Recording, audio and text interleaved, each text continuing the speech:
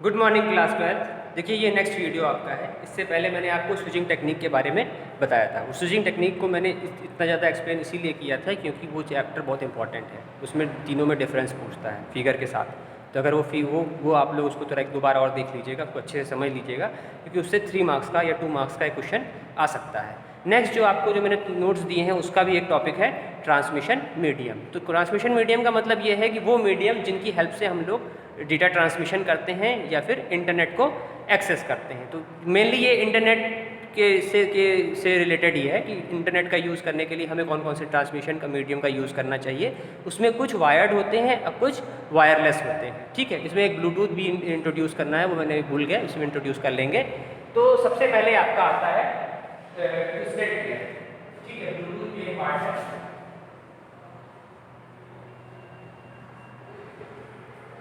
Twisted pair क्या होता है? देखो ये तीनों केबल, ये तीनों वायर्ड है। ये वायर्ड कनेक्शन के लिए हम इन तीनों का यूज, बाकी के सारे जो होते हैं, ये जितने भी आते हैं, ये सारे आते हैं वायरलेस।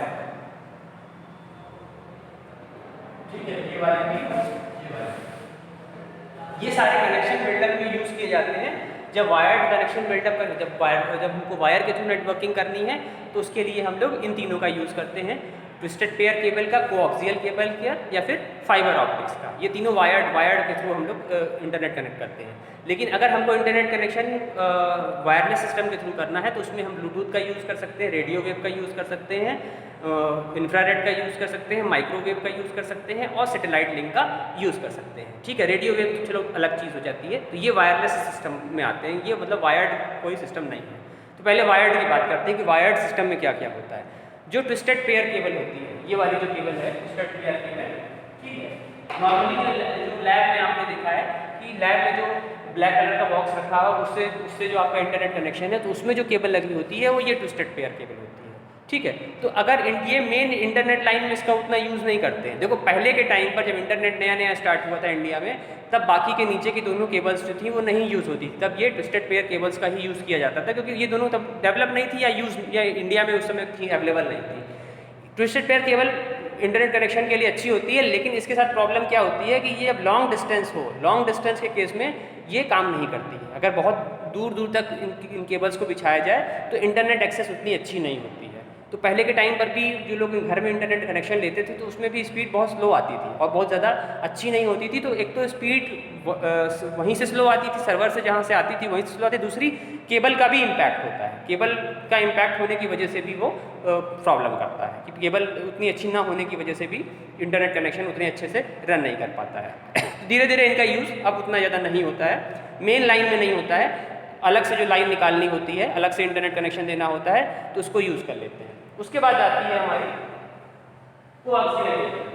कोएक्सियल केबल का काम वही है जो हमारा ट्विस्टेड पेयर का है, बस फर्क ये होता है कि ये उससे थोड़े बेटर क्वालिटी की होती है। दूसरी एक डिसएडवांटेज ये होती है कि ट्विस्टेड पेयर केबल जो होती है वो सस्ती होती है, कोएक्सियल केबल जो होती है वो थोड़ी महंगी होती है। जो आप लोगों ने केबल टीवी जिनके यहाँ केबल लगा होगा घर पे केबल वाले के थ्रू, या जो जिनके यहाँ जो छतरी आती है कि जो एंटीना आता है, डिश एंटीना, उसके थ्रू भी लगा होता है, जो वायर होता है वो कोएक्सियल केबल वाला वायर होता है। ये केबल टीवी नेटवर्क के लिए तो ठीक होता है, लेकिन इंटरनेट के में ये थोड़ा सा महंगा पड़ जाता है क्योंकि इसकी कॉस्ट ज़्यादा होती है, जिसकी वजह से इसको उतना ज़्यादा हर जगह नहीं यूज़ किया जाता है, कॉस्ट ज़्यादा होने की वजह से। दूसरी, एफिशिएंसी उससे बेटर होती है ट्विस्टेड पेयर से, लेकिन प्रॉब्लम क्या है कि कॉस्ट ज़्यादा होने की वजह से दोनों के यूज़ में थोड़ा सा प्रॉब्लम करता है। ठीक है, लेकिन लॉन्ग डिस्टेंस में लॉन्ग डिस्टेंस की अगर बात करें तो थोड़ा सा कोएक्सियल केबल ज़्यादा यूज़फुल होता है। लेकिन सबसे ज़्यादा यूज़फुल जो होता है वो होता है हमारा फाइबर ऑप्टिक्स। ये सबसे अच्छी वायर होती है, ये महंगी तो होती है, महंगी इसमें इसकी भी डिसएडवांटेज सबसे बड़ी ये है कि बहुत महंगी होती है। लेकिन ये जो हमारे हाई स्पीड ब्रॉडबैंड है, वैसे हाई स्पीड ब्रॉडबैंड जो आपको मिलते हैं वो कोएक्सियल और ट्विस्टेड पेयर का ही मिलता है इंडिया में, लेकिन बहुत जगह पे जो अदर कंट्रीज है जहाँ और अच्छा इंटरनेट चलता है वहाँ पर फाइबर ऑप्टिक्स का ही यूज़ करते हैं। या जो बड़े बड़े जो कंपनीज़ में जो लोग कनेक्शन लेते हैं इंटरनेट का, बड़ा कनेक्शन इनका काफ़ी हैवी कनेक्शन होता है, वहाँ पर फाइबर ऑप्टिक्स का यूज़ करते हैं क्योंकि ये वायर महंगी होने के साथ साथ इसकी एफिशिएंसी बहुत ज़्यादा होती है। कितनी भी दूरी तक अगर वायर कनेक्शन बिल्डअप करना है तो हम फाइबर ऑप्टिक्स का यूज़ कर सकते हैं। फाइबर ऑप्टिक्स लॉन्ग डिस्टेंस के केस में बहुत यूज़फुल होती है। बाकी की दोनों केबल उतनी यूज़फुल नहीं है, वो लॉन्ग डिस्टेंस में कवर तो कर लेती हैं, लेकिन प्रॉब्लम यही आती है कि वो कनेक्शन उतने अच्छे से वर्क नहीं करता है। ठीक है, तो वायर्ड में हमारी ये 3 होती हैं जो और बेसिक टाइप की होती हैं। उसमें सबसे अच्छी हमारी फाइबर ऑप्टिक्स है और सबसे महंगी भी है फाइबर ऑप्टिक्स। आज के टाइम पर बहुत मैक्सिमम अदर कंट्रीज में फाइबर ऑप्टिक्स का यूज़ होता है, इंडिया में भी फाइबर ऑप्टिक्स का यूज़ होता है, लेकिन अगर आप होम कनेक्शन लेते हैं तो होम कनेक्शन के केस में आपको ऊपर वाली दोनों केबल्स का ही यूज़ करना पड़ता है। ठीक है, तो ये तो हो गया वायर्ड कनेक्शन। अगर हम इंटरनेट वायर्ड के थ्रू लेते हैं तो उसके केस में हमको इनमें से कोई एक केबल मिलेगी। लेकिन अगर हम इंटरनेट कनेक्शन वायरलेस कनेक्शन के थ्रू लेते हैं तो नीचे की जो इंफ्रारेड है, माइक्रोवेव है, रेडियो वेव है, ब्लूटूथ है, ये सारा हमारा वायरलेस कनेक्शन मीडियम। इंफ्रारेड का यूज़ हम कहाँ करते हैं पहले आपको बताते हैं। इंफ्रारेड का यूज़ घर में भी होता है। देखो पहले जो मोबाइल आए थे लगभग जब ब्लूटूथ हर मोबाइल में नहीं होता था, ठीक है, तो ऐसे स्टार्टिंग में कुछ मोबाइल्स आए थे सैमसंग के और अदर कंपनीज़ के आए थे, तो उसमें ब्लूटूथ नहीं होता था, उसमें इंफ्रारेड होता था।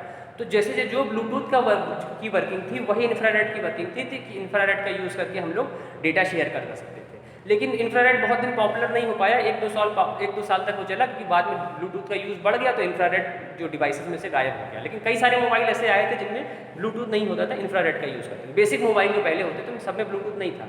जो पहले कलर्ड मोबाइल आते थे 2006-07 के आसपास, तो उसमें सब में ब्लूटूथ नहीं होता था, तो किसी में इंफ्रारेड होता था। तो इंफ्रारेड से हम डेटा ट्रांसफ़र कर सकते थे।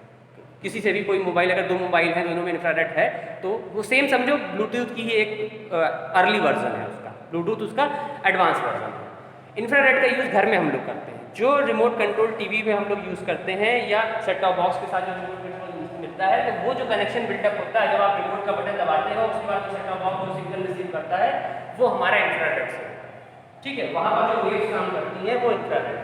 अगर जो टीवी का रिमोट है वो भी इंफ्रारेड से वर्क करता है, जो आपके सेट टॉप बॉक्स का रिमोट है वो भी इंफ्रारेड से वर्क करता है, क्योंकि आप अपने बेड पे बैठे बैठे या टेबल पे बैठे बैठे चेंज कर लेते हो, वहाँ पर एक कनेक्शन बिल्डअप होता है तभी वो चेंज होता है। उसमें कोई जादू नहीं है कि अपने आप से चेंज हो जाता है, उसमें एक मीडियम है, वो मीडियम हमें दिखाई नहीं देता है, लेकिन इसी इंफ्रारेड का यूज़ करके वो जो कनेक्शन होता है वो बिल्डअप होता है। उसके बाद वो जो भी चैनल आप चेंज करना चाहो, वॉल्यूम कम करना चाहो, ज़्यादा करना चाहो, बढ़ाना घटाना जो भी करना है वो सब कुछ होता है। तो ये नॉर्मली घर में चाहे वो एसी का रिमोट हो, चाहे वो आपके टीवी का रिमोट हो, चाहे वो आपके सेट टॉप बॉक्स का रिमोट हो, सब में इंफ्रारेड का यूज़ होता है।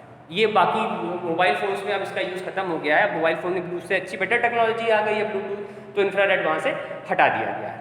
रेडियो वेव्स क्या है? रेडियो वेव्स तो बहुत सालों से यूज़ हो रही है। जो भी रेडियो जो हम लोग सुनते हैं, अगर रेडियो चैनल हम लोग चलाते हैं तो वो वेव जो रेडियो स्टेशन होते हैं वहाँ से वो वेव जनरेट होती है और एयर के थ्रू, एयर में ट्रैवल करते करते वो वेव्स हमारे तक पहुँचती हैं और हमें हमारे रेडियो पे सुनाई देती है। तो ये रेडियो वेव्स तो बहुत सालों से यूज़ हो रही है। जब से रेडियो यूज़ हो रहा है तब से वो सबसे पहला वायरलेस सिस्टम अगर कहा जाए, पुलिस वाला जो वायरलेस सिस्टम था उससे भी पहले अगर कोई वायरलेस सिस्टम था तो वो हमारा रेडियो था।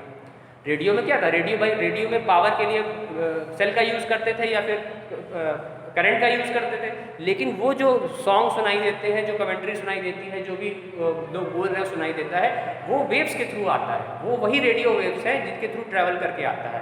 और वो जो मशीन होती है इसीलिए उसको ट्रांजिस्टर या रेडियो कहते हैं, क्योंकि वो रेडियो वेव्स वो काम के थ्रू ही वो उसकी सारी वर्किंग होती है। तो सबसे पुरानी ये वायरलेस टेक्नोलॉजी है, सालों से पहले से चल रही है, 50 साल से भी ज़्यादा टाइम हो गया है। रेडियो बहुत सालों से यूज़ हो रहा है, तो ये काफ़ी सालों से इसका यूज़ किया जा रहा है। तो अपने अलग अलग रेडियो चैनल्स, ये रेडियो चैनल्स तो बहुत बाद में आए, पहले तो सिंगल एक चैनल होता था, उसी के थ्रू सारा कम्युनिकेशन होता था। कमेंट्री हुआ बहुत पहले, हर किसी के घर में, मतलब सालों पहले, आज से 30-40 साल पहले लोगों के घर में टीवी नहीं होता था और कोई कम्युनिकेशन का और कोई इंटरटेनमेंट का साधन नहीं होता था।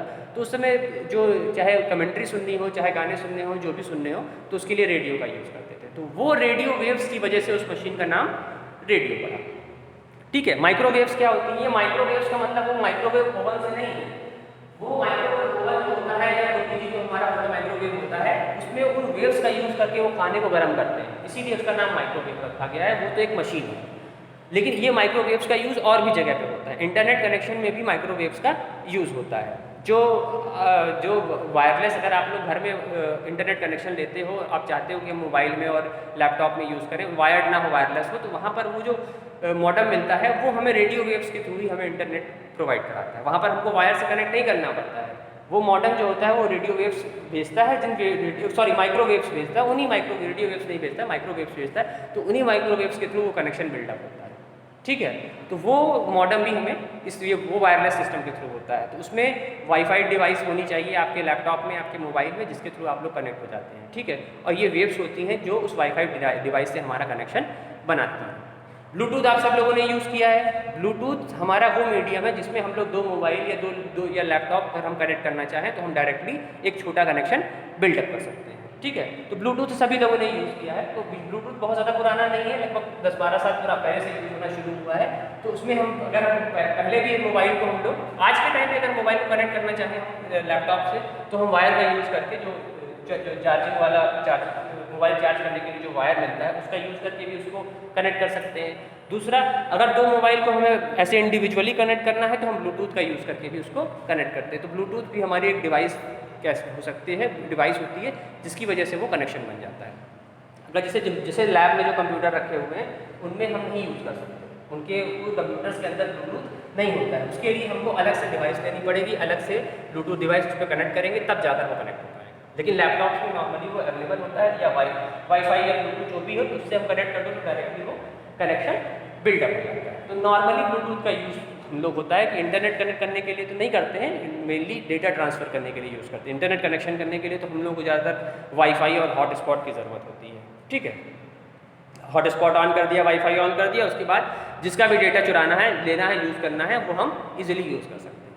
लास्ट आपका आता है सैटेलाइट लिंक। सैटेलाइट लिंक का मतलब होता है कि जो इंटरनेट कनेक्शन हम यूज़ कर रहे हैं वो इंटरनेट कनेक्शन एक मेन सर्वर से जुड़ा है। जो मेन सर्वर है वो डायरेक्टली सैटेलाइट से कम्युनिकेट उसका कनेक्शन होता है। तो ये अलग तरह का इनका लिंक होता है, वायरलेस लिंक होता है सैटेलाइट लिंक। वो डायरेक्टली जो मेन सर्वर है, जैसे अगर आप लोग एयरटेल यूज़ कर रहे हो तो एयरटेल का जो मेन सर्वर होगा, जो मेन टावर होगा, वो डायरेक्ट उस सैटेलाइट से कनेक्टेड होगा। उस सैटेलाइट से वो सिग्नल लेते हुए आपको डिस्ट्रीब्यूट करेगा, फिर वो आपके घर वाले एंटीना को डिस्ट्रीब्यूट करेगा, फिर वो आपके घर वाला जो एंटीना लगा हुआ है वो आपके सिस्टम पे डिस्ट्रीब्यूट करता है, ठीक है। तो ये कुछ मेन बेसिक टाइप के आपको वायर ट्रांसमिशन मीडियम, ठीक है। तो टॉपिक तो ट्रांसमिशन मीडिया है, लेकिन उसका असली मीनिंग है ट्रांसमिशन मीडियम, कि किस तरह से हम नेटवर्क को बिल्डअप कर सकते हैं। मेनली ये फोकस इंटरनेट पे है। इंटरनेट कनेक्शन अगर हमें यूज़ करना है तो अगर वायर्ड के थ्रू यूज़ कर रहे हैं तो हम इन तीनों का यूज़ करेंगे, और अगर वायरलेस के यूज़ कर रहे हैं तो इनमें से कोई ना कोई होगा। जो भी हम लोग यूज़ करते हैं अपने रियल लाइफ में, इनमें से कोई ना कोई होगा। वो अलग बात है कि हमें डिटेल नहीं पता होती कि हम माइक्रोवेव का यूज़ कर रहे हैं कि हम सैटेलाइट लिंक का यूज़ कर रहे हैं, ठीक है। ब्लूटूथ तो पता ही होता है, रेडियो वेव और ब्लूटूथ तो आप लोगों को पता ही है। तो नॉर्मली जो माइक्रोवेव है वो हम लोग अपनी रियल लाइफ में यूज़ करते हैं। अगर आप लोगों ने घर पे इंटरनेट कनेक्शन किसी ने लिया हुआ है, मोबाइल को छोड़कर लैंडलाइन के थ्रू, मतलब एयरटेल के थ्रू लिया हुआ है, ब्रॉडबैंड लिया हुआ है, या अलग अलग और बहुत सारे कंपनीज़ के आते हैं, सिक्का और कौन कौन से कई सारे हैं सब, ठीक है। तो वो जो मशीन्स प्रोवाइड कराते हैं वो वहाँ पर हम लोग उसको माइक्रोवेव के थ्रू वो हमें इंटरनेट कनेक्शन मिलता है, ठीक है। तो इस टॉपिक में जो ये एक थोड़ा मेन टॉपिक है, इसमें इनके 1 मार्क्स से क्वेश्चन आते हैं थोड़े बहुत। थ्योरी तो मैंने इसकी लिखवाई दी है, लेकिन इनमें डिफरेंस जानना भी ज़रूरी है कि बेसिक डिफरेंस इसमें होता क्या है। इन सब हर किसी में थोड़े अलग अलग डिफरेंस होता है। जैसे केबल्स ही है तो केबल्स में ही ट्विस्टेड पेयर की क्वालिटी लो होती है, कॉस्ट कम होती है और एफिशिएंसी भी डाउन होती है। और उसी तरह से कोएक्सियल में वो थोड़ी सी हाई हो जाती है और फाइबर ऑप्टिक्स में काफ़ी हाई हो जाती है। ब्रॉडबैंड जो कनेक्शन होते हैं, हाई लेवल के ब्रॉडबैंड कनेक्शन होते हैं, वो हमारे फाइबर ऑप्टिक्स का यूज़ करके बनाए जाते हैं, ठीक है। तो आगे इस चैप्टर में और जो भी होगा तो वीडियोज़ के थ्रू आपको एक्सप्लेन करेंगे। लेकिन जो भी ये जो पहला चैप्टर है इसमें थोड़ी सी थ्योरी और आपकी बची है। एक बार मैं आप लोगों को PDF और सेंड करूँगा तो उसके बाद वो आपका थ्योरी वाला पार्ट कवर हो जाएगा। मतलब उसमें रिटन वर्क आपको कुछ और नहीं करना होगा। बाकी जो भी उसमें और जो इसमें भी प्रोटोकॉल्स हैं और नेटवर्क सिक्योरिटी है, 2 मेन टॉपिक हैं। उसके अंदर भी कई सारे टॉपिक होंगे, तो लगभग अभी मतलब समझ लो 5 से 6 वीडियोज़ और बनेंगे तब जाकर वो कवर हो पाएगा। प्रोटोकॉल्स अलग अलग होती हैं, वो प्रोटोकॉल्स पे भी क्वेश्चन आते हैं। फिर नेटवर्क सिक्योरिटी, और उसमें एक टॉपिक और इसी में इंक्लूडेड है, क्योंकि इसी 10 मार्क्स का आता है तो उसमें काफ़ी सारी चीज़ें हैं। सबसे बड़ा चैप्टर यही है, इसीलिए मैं इसे पहले कवर कर रहा हूँ कि 1.5 महीने के अंदर कम से कम ये चैप्टर कवर हो जाए, ठीक है। तो कुछ वीडियोस यहाँ स्कूल से बना के देंगे और कोशिश करेंगे कि डेली एक वीडियो प्रोवाइड करें, जिससे ये चैप्टर जल्दी से जल्दी खत्म हो जाए, क्योंकि इसके बाद भी कई सारे चैप्टर हैं। इतने बड़े तो नहीं हैं लेकिन वो भी इंपॉर्टेंट है, उनमें भी काफ़ी सारा टाइम लगेगा। Okay, thank you.